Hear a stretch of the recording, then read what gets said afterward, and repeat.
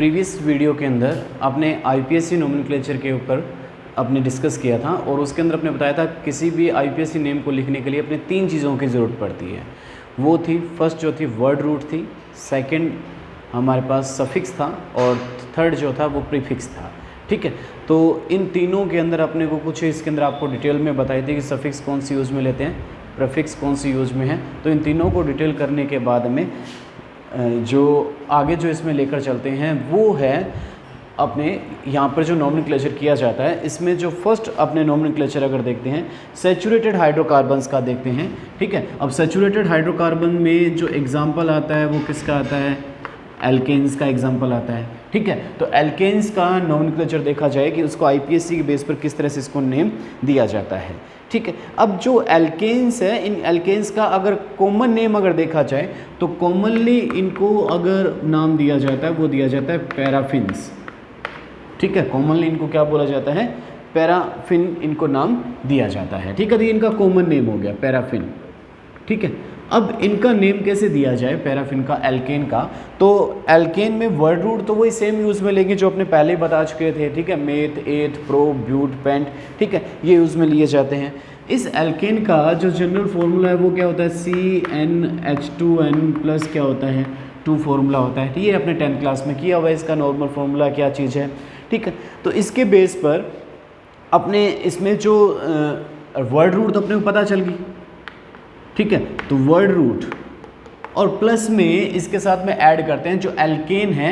Alkene के लिए अपने जो सफिक्स बताया था वो सफिक्स कौन सा यूज़ में लेंगे, अपने प्राइमरी सफिक्स यूज़ में लिया जाएगा। ठीक है, तो जो प्राइमरी सफिक्स जो है वो प्राइमरी सफिक्स क्या होगा, अगर यहाँ पर सिंगल बॉन्ड है, एल्केन सीरीज़ है, तो एल्केन सीरीज़ के लिए जो प्राइमरी सफिक्स होता है वो क्या होता है, ANE। ये प्राइमरी सफिक्स की फॉर्म में अपने इसको यूज़ मिलेंगे। तो word root plus primary suffix दोनों से मिलकर क्या बन जाता है, एल्केन का नेम बन जाता है। ठीक है, अब कैसे, जैसे एक सिंपल सा इसका एग्जांपल क्या है, CH4। तो CH4 में कार्बन कितना हुआ, 1। तो 1 के लिए जो वर्ड रूट है वो क्या होगा, मैथ। तो मैथ प्लस प्राइमरी सफिक्स क्या हो गया, एन। तो इसका जो नेम बना वो क्या बन गया, मेथेन। ठीक है, इसी तरह से अगर अपने सेकंड अगर एग्जांपल लिया जाए तो सेकंड एग्जांपल क्या हो जाता है अपने पास, इस सीरीज़ का सेकंड जो कंपाउंड है वो क्या होता है, CH3CH3। तो कार्बन का नंबर कितना हो गया, 2। तो 2 के लिए जो वर्ड रूट यूज़ में लिया जाता है वो 8 और प्राइमरी सफिक्स क्या हो गया, एन। तो इसका जो नेम बन गया वो क्या हो गया, एथेन। ठीक है, तो आपने क्या करना है, इस नेम में आपको क्लियर कर दिया कि वर्ड रूट के साथ में क्या ऐड करना है अपने को, जो प्राइमरी सफिक्स है उस प्राइमरी सफिक्स को ऐड कर देते हैं। तो वर्ड रूट के साथ जब प्राइमरी सफिक्स को ऐड कर दिया जाता है तो इन एल्केन सीरीज या जो सैचुरेटेड हाइड्रोकार्बन्स है, इन सैचुरेटेड हाइड्रोकार्बन्स का नेम बन जाता है। ठीक है, तो इस तरह से अपने पास यहाँ पर जो ये जो सीरीज़ बन रही है, जैसे एग्जाम्पल और लें अपने यहाँ पर एग्जाम्पल आ जाए, जैसे यहाँ पर 2 कार्बन थे,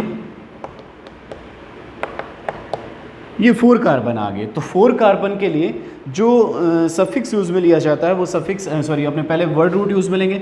तो वर्ड रूट इसका क्या हो जाएगा, ब्यूट, और प्लस में क्या ले लेंगे, प्राइमरी सफिक्स हो गया एन। तो इसका जो नेम बना वो क्या बन गया, ब्यूटेन। क्या नेम बन गया इसका, ब्यूटेन। अब कई जगह इस ब्यूटेन का आपको जो नेम देखने को मिलता है एन ब्यूटेन देखने को मिलता है। ठीक है, इसका जो नेम देखने को मिलेगा आपको, इस नेम के आगे क्या लिखा हुआ मिलेगा, स्मॉल n लिखा हुआ मिलेगा। तो स्मॉल n का जो मीनिंग क्या होता है, नॉर्मल। यहाँ पर स्मॉल n का जो मीनिंग लिखकर चलेंगे वो क्या होगा, नॉर्मल होगा। नॉर्मल का मतलब जो ये 4 कार्बन की जो चेन है वो 4 कार्बन की चेन कैसे होगी, स्ट्रेट चेन होगी। ठीक है, इसका मतलब क्या होगा कि जो 4 कार्बन की जो चेन बन रही है अपने पास वो कैसी बन रही है,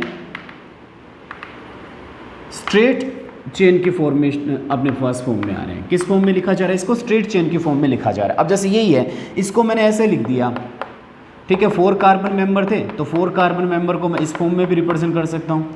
तो 4 कार्बन मेंबर को इस फॉर्म में रिप्रेजेंट करेंगे तो ये ब्यूटेन, ठीक है, नहीं होगा ये। ठीक है, तो इसका नाम क्या है कि ब्यूटेन ये है, और इसमें जो ब्यूटेन को अपने किस में फॉर्म में रिप्रेजेंट किया है, एक स्ट्रेट चेन की फॉर्म में रिप्रेजेंट किया। अब यहाँ पर भी देख सकते हो 4 कार्बन है, लेकिन 4 कार्बन को अपने इस टाइप के एग्जाम्पल में इसको ब्यूटेन नाम नहीं दे सकते। एक एग्जाम्पल और लिखता हूँ मैं, एक एग्जाम्पल मेरे पास जैसे ये आ गया, ठीक है। तो अब इसमें देखिए कि मेन कार्बन में कितने कार्बन है, या जो मेन चेन है, जो स्ट्रेट चेन है, उस स्ट्रेट चेन में कितने कार्बन है, 4 है। स्ट्रेट चेन में कितने कार्बन हो गए, 4। तो आप इसको क्या बोल दोगे, ब्यूटेन है। क्या नाम हो गया इसका, ब्यूटेन। लेकिन अब नॉर्मल ब्यूटेन नहीं रहा, एन ब्यूटेन नहीं बोल सकते इसको, एन नहीं दिया जा सकता, क्योंकि इसके साथ में क्या ऐड है, यहां पर एक साइड चेन भी ऐड है। ठीक है, मेन चेन के साथ में क्या ऐड होगी, एक साइड चेन ऐड होगी, या जिसको आप क्या कह सकते हैं, एक ब्रांच इससे निकली हुई है। जो 4 कार्बन की जो मेन चेन है या स्ट्रेट चेन है, उस 4 कार्बन की मेन चेन से एक ब्रांच निकली हुई है। ठीक है, तो ब्रांच निकलने से ये नॉर्मल नहीं रही, ये स्ट्रेट चेन नहीं रही, इसलिए अपने इसके आगे जो एन वर्ड को यूज में नहीं लिया जा सकता। तो इसका मीनिंग क्या हो गया, normal butane means, normal butane का मतलब ये होगा कि ये 4 कार्बन की चेन है, और 4 कार्बन की चेन में जितने भी कार्बन हैं 4 के 4 वो एक स्ट्रेट चेन के फॉर्म में है, इसलिए इसके आगे जो वर्ड लगाया जाता है वो एन लगाया जाता है। तो जिस भी एग्जाम्पल के आगे, जैसे n pentane, n butane, n, तो एन वर्ड जब भी यूज में लिया जाता है, तो एन वर्ड का जो मीनिंग निकलेगा वो ये होगा कि ये जो इसकी चेन बन रही है वो चेन कैसी होगी, एक स्ट्रेट चेन होगी, उसको एक स्ट्रेट चेन के फॉर्म में क्या किया जा रहा है, रिप्रेजेंट किया जा रहा है। तो इसका मतलब यहाँ पर जो कार्बन है, इस कार्बन की जो चेन थी उसको क्या बोल दिया, अपने नॉर्मल चेन बोल दिया गया।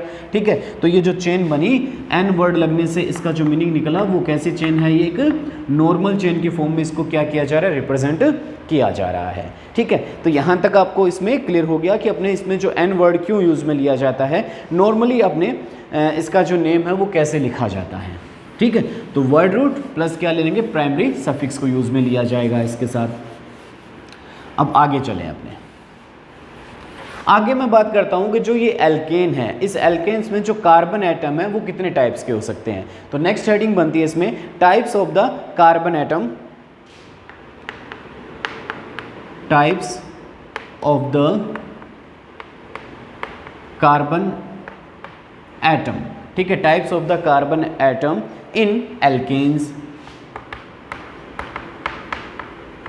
कि जो एल्केन है उस एल्केन में कार्बन एटम के कितने टाइप्स हैं, तो उस टाइप्स की बात करते हैं अपने। ठीक है, अब टाइप से कैसे मतलब लिखाया जाएगा, तो मैं एक यहाँ पर एक चेन को यूज़ में लेता हूँ। वो चेन कैसी है, जैसे एक एग्जांपल यूज़ में लिया मैंने, CH3 CH2 CH CH3 CH3 CH3। ठीक है, ये एक एग्जांपल अपने यूज़ में ले रहे हैं, और इस एग्जांपल को अगर अपने देखते हैं तो अपने को टाइप्स ऑफ कार्बन एटम समझ में आएंगे। ठीक है, तो basically types of carbon atom को अगर अपने रिप्रेजेंट किया जाता है। ठीक है, फर्स्ट जो टाइप्स ऑफ कार्बन एटम का जो एग्जांपल लेता हूँ उसको अपने बोला जाता है प्राइमरी कार्बन एटम, जिसको अपने 1 डिग्री से भी रिप्रेजेंट किया जा सकता है।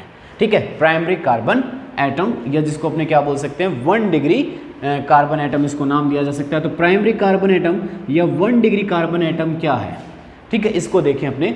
तो वो प्राइमरी कार्बन एटम का क्या कहता है, एक कार्बन एटम अटैच्ड टू 1 और number of carbon atom is called primary carbon atom.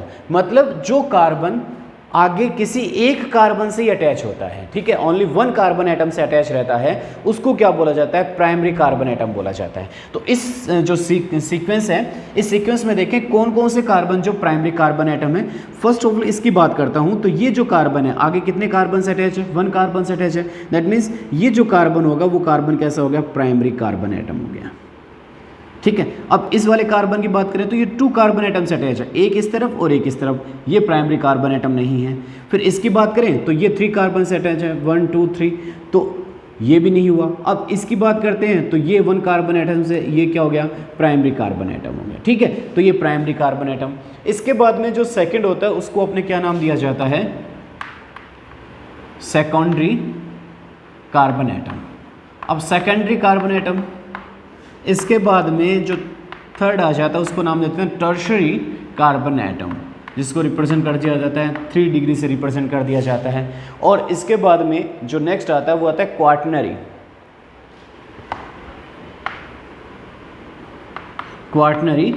Carbon atom. तो quaternary carbon atom means 4 degree carbon atom. तो अब इन एग्जाम्पल में देखते हैं कि प्राइमरी कौन सा है, सेकेंडरी कौन सा है, टर्शियरी कौन सा है और क्वाटरनरी कार्बन एटम कौन सा है। तो यहाँ पर इस सेकंड एग्जांपल को देखता हूँ, यहाँ पर इस कार्बन को देखें, सेकंड कार्बन को, तो ये कार्बन 2 कार्बन से अटैच है, तो 2 कार्बन से अटैच है, दैट मीन्स ये कौन सा हो गया, 2 डिग्री कार्बन एटम हो गया। इस कार्बन की बात करें तो ये 3 से अटैच है, 1 2 3, दैट मीन्स ये कौन सा हो गया, 3 डिग्री कार्बन एटम हो गया। ये कार्बन देखें तो 4 कार्बन से अटैच है, इसका मतलब ये कौन सा हो गया, 4 डिग्री कार्बन एटम का एग्जाम्पल आ रहा है। ये वाला 1 कार्बन से अटैच है तो ये 1 डिग्री है, ये वाला भी 1 कार्बन से अटैच है 1 डिग्री, ये कार्बन 2 कार्बन से अटैच है तो 2 डिग्री, और ये कार्बन 1 कार्बन से अटैच है, इसका मतलब ये कौन सा हो गया, 1 डिग्री कार्बन एटम हो गया। तो ये types of carbon atom, simple सी बात है कि कोई कार्बन आगे कितने कार्बन से अटैच रहता है उसके बेस पर इसको प्राइमरी, सेकेंडरी और टर्शियरी कार्बन एटम इसको नाम दिया जाता है। ठीक है, तो primary carbon atom, secondary carbon atom, tertiary और क्वाटरनरी कार्बन एटम का मैंने आपको एग्जांपल यहाँ पर बता दिया। ठीक है, अब आगे चलें अपने।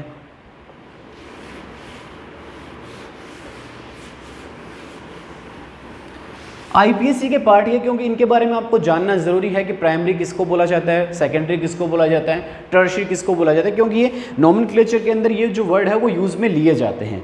इसके बाद में इसमें वर्ड आता है, वो आता है एल्किल ग्रुप। ठीक है, नेक्स्ट वर्ड जो सुनने में हमको मिलेगा वो कौन सा मिलेगा, एल्किल ग्रुप सुनने को मिलेगा। अब एल्किल ग्रुप कौन सा होता है, आपके पास जो एल्केन है, एल्केन क्या है, CnH2n+2, इसमें से क्या करो आप 1 हाइड्रोजन एटम को क्या कर दो, माइनस कर दो। तो 1 हाइड्रोजन एटम को जब माइनस कर दो तो ये क्या हो जाएगा, CnH2n+1।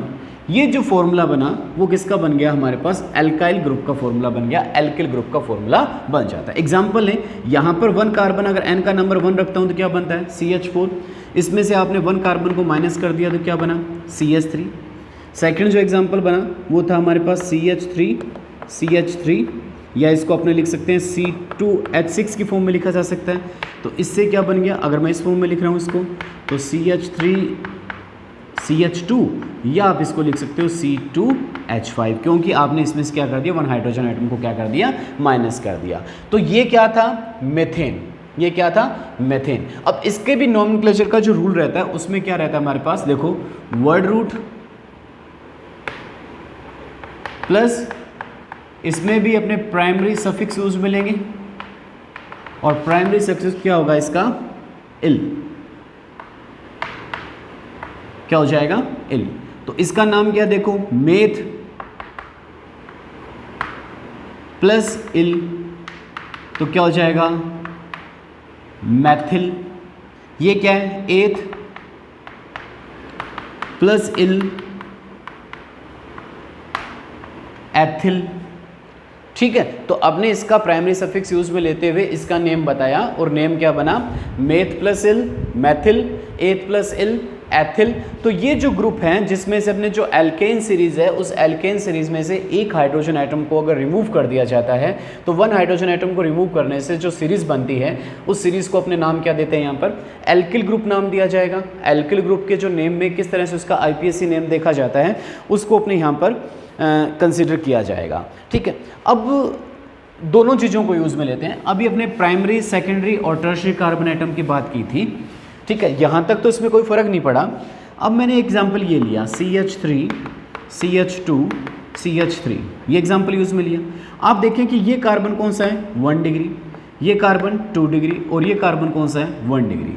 तो आपको क्या करना है, मैंने कहा कि 1 हाइड्रोजन एटम को माइनस करना है। आपने 1 हाइड्रोजन एटम को माइनस किया, सबसे पहले आपने यहाँ से माइनस किया, तो यहाँ से माइनस किया तो क्या हो जाएगा, CH2, CH2, CH3। Second example में आपने 2 डिग्री कार्बन एटम से हाइड्रोजन को माइनस किया, तो CH3, CH, इसकी वैलेंसी फ्री हो गई, CH3। ठीक है, और थर्ड एग्जाम्पल में आपने क्या किया, इस वाले 1 डिग्री से किया, तो ये क्या हो जाता है, CH3, CH2, CH2। तो आप देखते हो कि जो फर्स्ट और थर्ड एग्जाम्पल है वो सेम है, दोनों में किसी भी टाइप का चेंज नहीं आ रहा है, दोनों सेम ग्रुप आपके पास बन रहे हैं। ठीक है, तो इसके बाद में इसके लिए अपने पास जैसे फर्स्ट और थर्ड है, यहाँ पर एक नॉर्मल चेन बन रही है। क्या बन रही है, नॉर्मल चेन। 3 कार्बन के लिए जो सफिक्स वर्ड रूट जो यूज में लिया जाता है वो क्या लिया जाता है, प्रोप यूज लिया जाता है। 3 कार्बन के लिए जो वर्ड रूट यूज में लिया जाता है वो वर्ड रूट क्या लिया जाता है, प्रोप।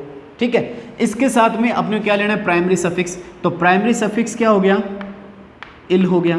तो प्राइमरी सफिक्स इल होते ही इसका जो नेम बना वो क्या बन गया, प्रोपिल।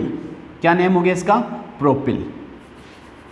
ठीक है, तो इस प्रोपिल को अपने देखा, यहां पर भी इसको क्या बोल दिया जाएगा, प्रोपिल,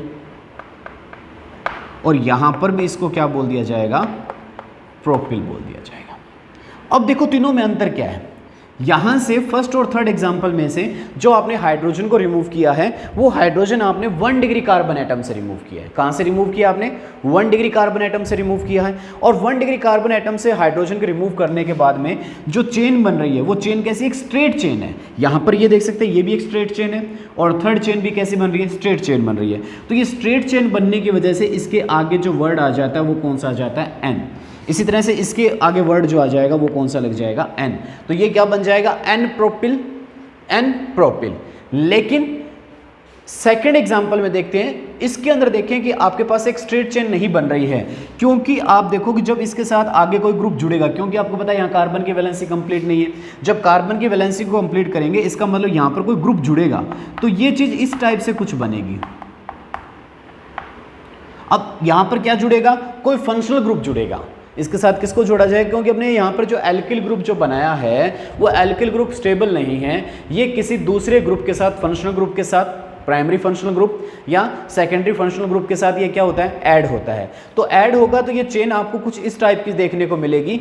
इस टाइप की जब आपको चेन देखने को मिलती है तो इसमें देख सकते हैं आप इसको 2 नाम दे सकते हैं। एक तो आपने जब रिमूव किया है वो रिमूव हाइड्रोजन कहाँ से किया है, 2 डिग्री कार्बन से किया है। किससे रिमूव किया आपने, 2 डिग्री कार्बन से किया है। तो आप इसको नाम क्या दे सकते हो यहां पर, सेकेंडरी प्रोपिल ग्रुप। ये कौन सा ग्रुप बन गया, सेकेंडरी प्रोपिल ग्रुप की फॉर्मेशन आपने कर दी है। ये प्राइमरी है तो प्राइमरी के लिए नॉर्मल आपने वर्ड यूज में ले लिया, एन लगा दिया। लेकिन यहां से जो हाइड्रोजन का रिमूव किया वो हाइड्रोजन कहां से हो रहा है, 2 डिग्री कार्बन एटम से हो रहा है। दैट मीन्स ये क्या बन गया, सेकेंडरी प्रोपिल ग्रुप की फॉर्मेशन ये कर रहा है। ठीक है, तो या तो इसको सेकेंडरी बोल देंगे या इस टाइप की कोई भी स्ट्रक्चर बनती है। देखो इस टाइप की स्ट्रक्चर मैं कह रहा हूं, इस टाइप की स्ट्रक्चर को बोलते हैं अपने आइसो। जैसे यहां पर इसको नाम क्या दिया जाता है, नॉर्मल नेम दिया जाता है। इसी तरह से अगर इस टाइप की स्ट्रक्चर बनती है तो उसको क्या नाम देते हैं, अपने आइसो नेम दिया जाता है। और आइसो के आगे वर्ड क्या लग जाए अपने पास, प्रोपिल, क्योंकि 3 कार्बन है तो आइसो प्रोपिल ग्रुप, क्योंकि ग्रुप ही है ये। ठीक है, कंपाउंड नहीं है, क्योंकि कंपाउंड ये स्टेबल नहीं है। तो आइसो प्रोपिल ग्रुप की फॉर्मेशन आपने कर दी, या इसको क्या बोल सकते हो आप, सेकेंडरी प्रोपिल ग्रुप इसको नाम दिया जा सकता है। ठीक है,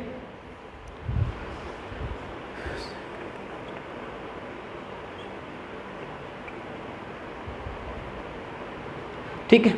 तो आइसो ग्रुप क्या होता है इसकी बात करें तो आइसो ग्रुप, जैसे मैंने एक ये बनाया, जैसे एग्जांपल ये ले लिया CH3 CH2 CH2 CH3। ठीक है, आपको देखो एक जैसा सा देखने को मिलेगा। यहां पर CH है, ये भी 2 डिग्री कार्बन है।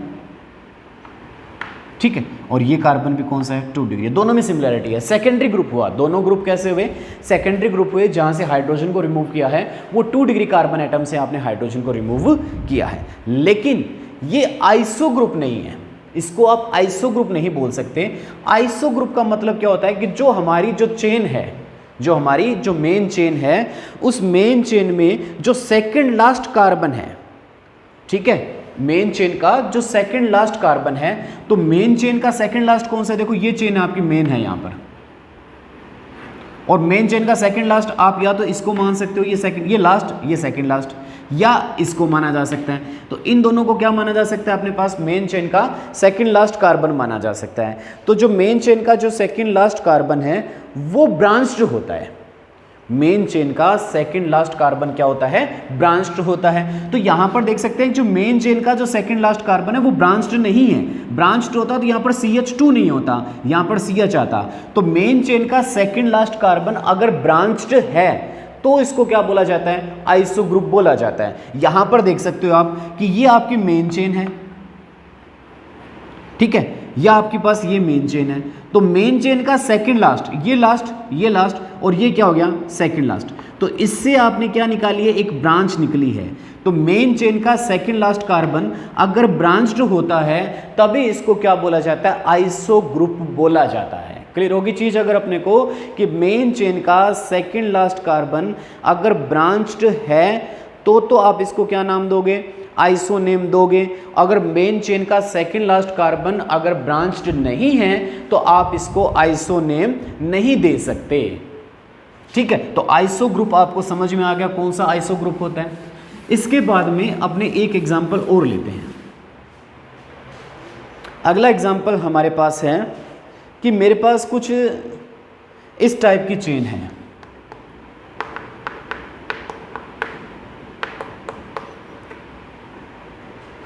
ठीक है, ये चेन देख सकते हैं। तो अब इसमें देख सकते हो ये दोनों हो गए लास्ट कार्बन, या इसको लास्ट मान लो, कोई फर्क नहीं पड़ता।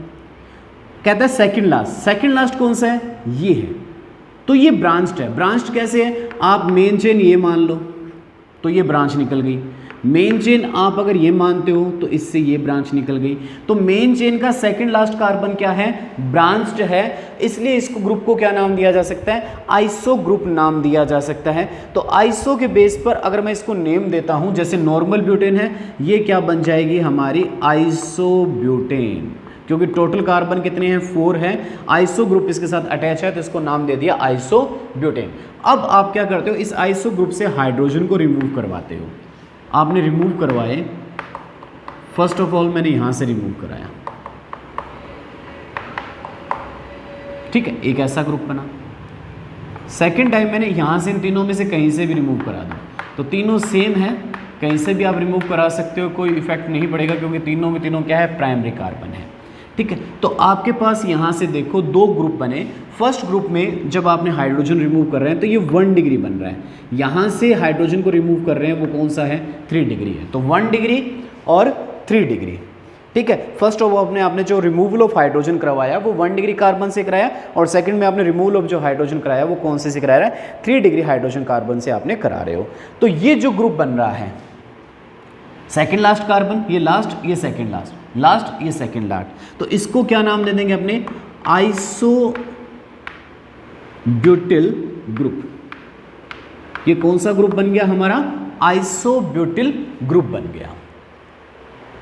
ये देखिए मेन चेन, ये वाली मेन चेन होगी, और मेन चेन का ये सेकंड लास्ट, लेकिन मेन चेन का जो सेकंड लास्ट है वो डबल ब्रांच्ड है, 2 ब्रांचें निकल रही है। मेन चेन के सेकंड कार्बन से क्या निकल रही है, 2 चेनें निकल रही है, इसलिए आप इसको क्या बोल सकते हो, एक तो नाम 3 डिग्री है, तो 3 डिग्री होने की वजह से इसको नाम दिया जा सकता है टर्शरी ब्यूटिल ग्रुप, आप इसको नाम दे सकते हो। या ऐसा कुछ आपको देखने को मिलता है कि जो सेकंड लास्ट कार्बन है उस सेकंड लास्ट कार्बन से अगर आपको 2 ब्रांचें निकलनी हुई मिल रही है तो इसको नाम देते हो आप नियो ब्यूटिल ग्रुप।